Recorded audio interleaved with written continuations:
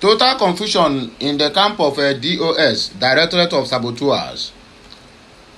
You know, now they are trying hard now to confuse the Biafrans not to believe that they are behind the incarceration of Mazi Nnamdi Kanu. In fact, they have been submitting evidence day in, day out.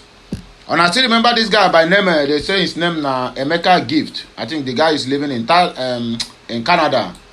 He's among those who keep on submitting petition upon petition against Mazi Nnamdi Kanu. And he's among those who went and do that video of gentle shooting 3 Biafrans that will never see anybody who come out to claim that their son or their nephew or their brother or their husband is missing. Not knowing that they are the one that did the AI just to sabotage Mazi Nnamdi Kanu's freedom. Now, they are struggling now to prove to the Biafrans that they are innocent. But this one is rather medicine after death. The names of the sabos in DOS, now they are doing open confession.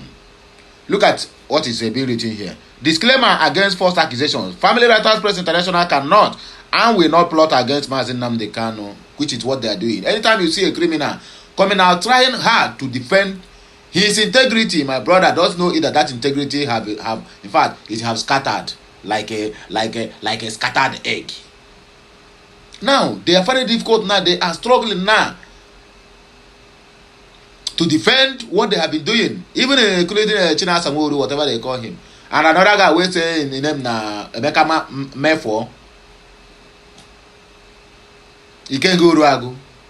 These are the people who said that instead of Mazi Nnamdi Kanu to come out, they rather die than to see him have freedom, because when Mazi Nnamdi Kanu was leading them, he never give them chance to sabotage and siphon or rather scam Biafrans of their hard-earned money. So all of them turned against him. So I will not be surprised on those also who turned against Simon Ekpa because of stomach infrastructure. Let us read in between the lines, please. I don't have time to waste. I don't have time to waste on frivolities. According to another one, this one is from Peter Mba. It said it is due for Mazi Nnamdi Kanu to be released. That is what Peter Mba of Enugu State said.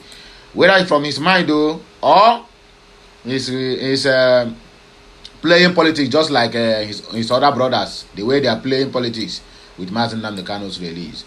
Another one is Peter Obi. He's a fraud parading as Messiah. Peter Obi is not even a governor of a state. He's not even a minister or a councillor. But they are dragging him up and down and leave Tinubu. Anything Yoruba people cannot do does not exist. The most awkward human being on earth you can ever imagine. Imagine a lawyer who is sort of focusing on his on his career, is just focusing on Peter Obi. Who knows? Or rather, not who knows. We know that Tinubu have paid him. Even so, is working on behalf of Tinubu. This idiot called Deja Deyanju is working on behalf of Tinubu.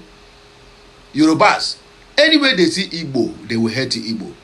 Yoruba people, their wife have miscarriage, they will blame an Igbo man.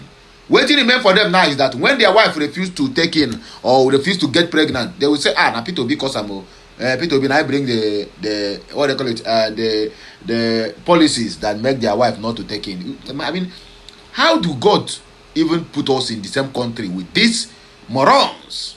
I call them morons. Anyway, my people, I beg, let us go straight to the reason why we're here. I am sorry if I have talked too much. Happy Saturday once again. Today happens to be the 30th day in the month of August and in the year of 2025.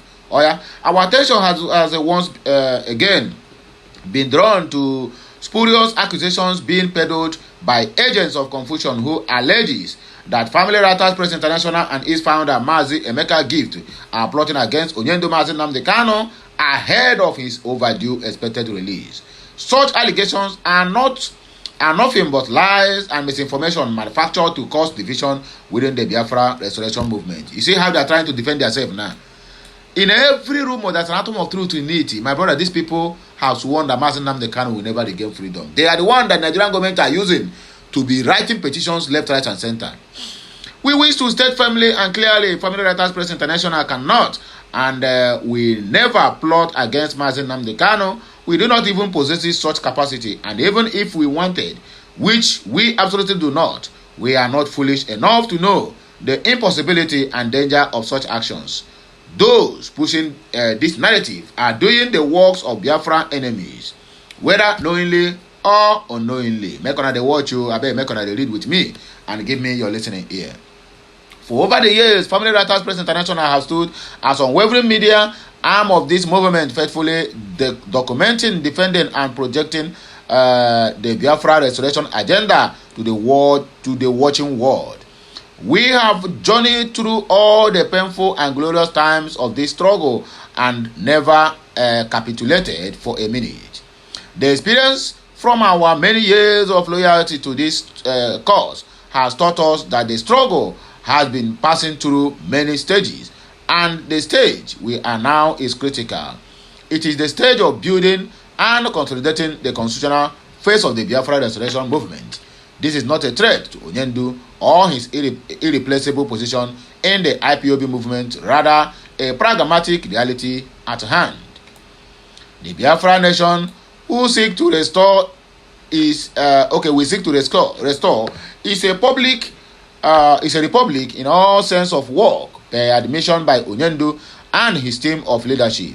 And in a republic, the institution and the systematic framework supersedes above all, and in expectation of that foreseeable reality, it is only important to defend this resolution, especially at a time when there are concerted efforts by fifth columnists to sway this ordained conviction in minds of the Biafran people.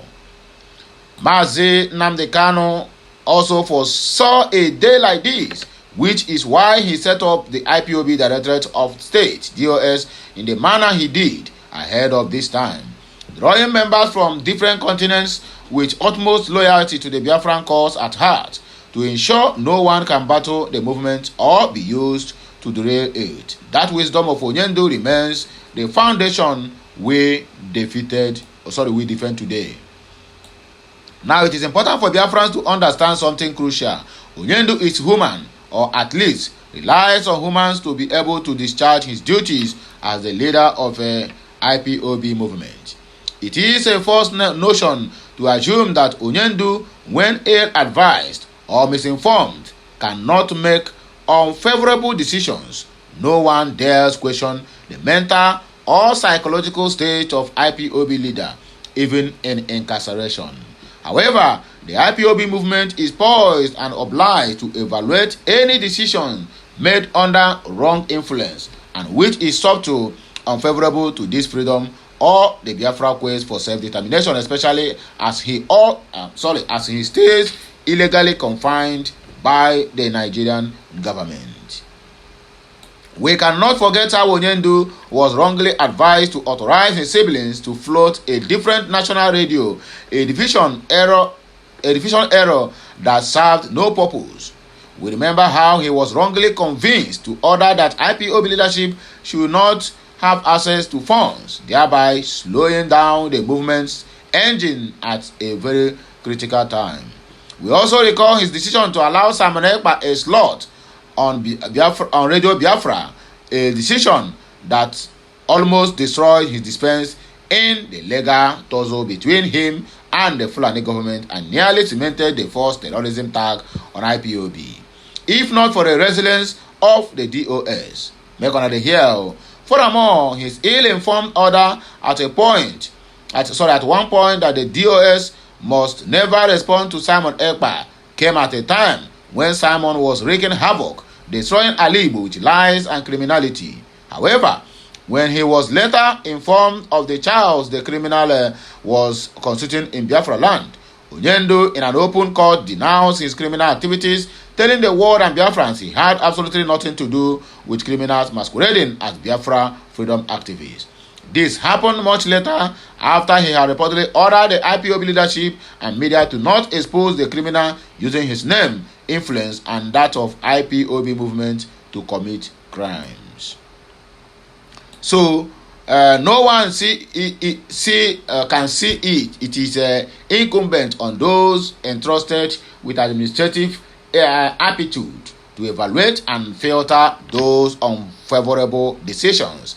This is why we believe and posited that upon his release, Onyendu would take his time to carefully investigate every claim and counterclaim made in his absence before arriving at any major decision to determine if his lieutenants were truly subordinate to some of his ill-advised orders. This is not a decision we made on behalf of Onyendo, but rather the right thing to do, and Onyendo himself, in his profound wisdom, knows this too. It is called thorough assessment. It is imperative to stress that Family Writers Press International is not a decision-making department of the Biafra struggle. Neither do we hold lobbying power to influence decisions made by the IPOB leadership, Onyendo included, whether he is in detention or not. However, we owe it to the people of Biafra and the IPOB global family and our journalistic call to strengthen opinion and suggest favorable to the Biafran cause as a responsible and media platform. Our insistence and apparent opposition to the misconstructed slogan of whatever Nnamdi Kanu says when he is released goes is because we believe that the IPOB movement operates not on a personality decision basis, rather on a pragmatic and realistic decision basis. So, whether Mazi Nnamdi Kanu is out or incarcerated, it is our principal position that the decision taken must be in the best interest of the Biafran people and the overall well-being of the Biafran quest for self-determination. And if such decisions are not in the best interest of the above-mentioned, Family Writers Press International will surely constructively criticize them regardless of the decision maker as a media platform and journalist with loyalty to the quest for Biafra self-determination. We reserve this journalistic right. And if discharging our professional journalistic obligations would somehow warrant sanction or reprimand of any sort on our team, then so be it. We're going to see how they come out small. These are the people who pray that Mazi Nnamdi Kanu will never regain freedom. Those trying to overstress the use of aforementioned catchphrase are knowingly creating unnecessary problems for IPOB movements and more specifically for the IPOB leader. However, every Biafran must bear in mind that Mazi Nnamdi Kanu is a leader of IPOB movement and he also leads the leaders of the IPOB movement in the IPOB Directorate of Sabotaging. And whatever is determined in or by the DOS must be in the interest of the Biafran people and the Biafran struggle. Anything short of this would face criticism not just from Family Writers Press International but also from consensus Biafrans around the world. According to Peter Mba, releasing Mazi Nnamdi Kanu is the right thing to do. The governor of Enugu State. The governor of Enugu State, Peter Mba, has once again emphasized his request for the federal government to free the imprisoned leader of indigenous people of Biafra, IPOB, characterizing it as the correct course of action. Mba made this appeal yesterday during a question and answer session that followed his presentation on leadership and transformation at the showcase season of the ongoing Nigerian Bar Association NBA Annual General Conference in Enugu. In response to a participant who encouraged him to persist in his advocacy for Kanu's release, the governor stated that his initial meeting with Bola Ahmed Tinubu after taking office was focused on the matter of Kanu's detention. The answer is no. He said, my first visit to President Bola Ahmed Tinubu was about Nnamdi Kanu. I believe that the right thing to do is to release him. Hopefully that will be done soon. The governor remarked that the sit-at-home directive that was previously implemented in the southeast on Mondays as a result of Kanu's imprisonment has concluded in Enugu State, crediting this development to his administration's initiatives aimed at reinstating normalcy. We met a situation where people were compelled to stay at home every Monday now. People trade in Ogbete and other markets in peace on Mondays. Monday sit at home has ended in Enugu, as you lawyers can see. You can also move around and investigate, he explained. Mba additionally discussed some of the strategies his administration utilizes to address developmental challenges and create opportunities within the state.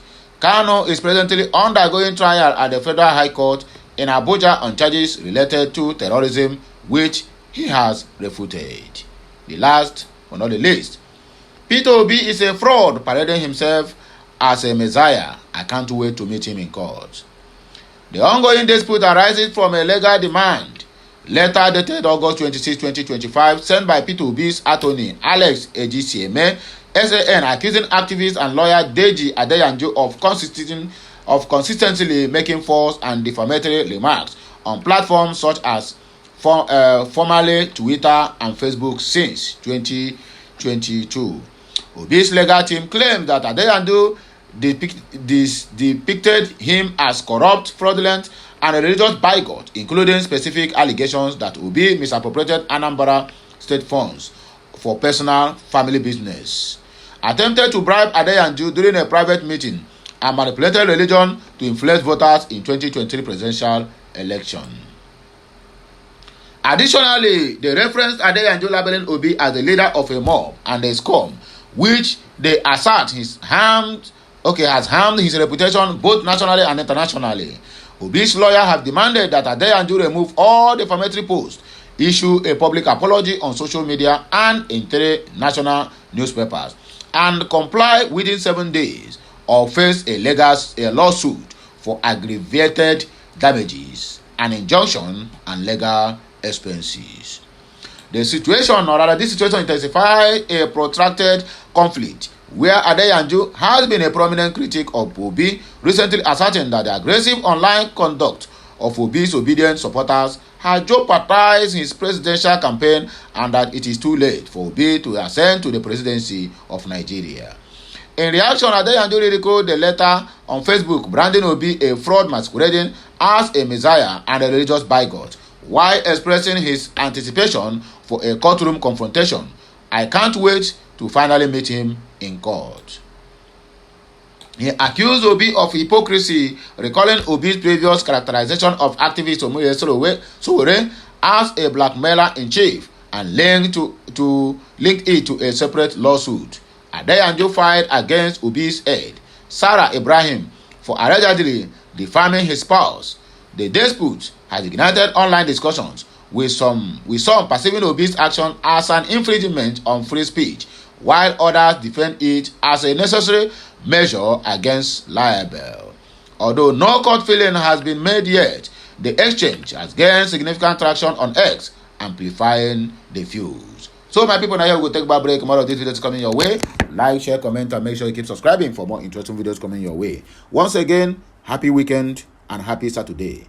It shall be well with all of us.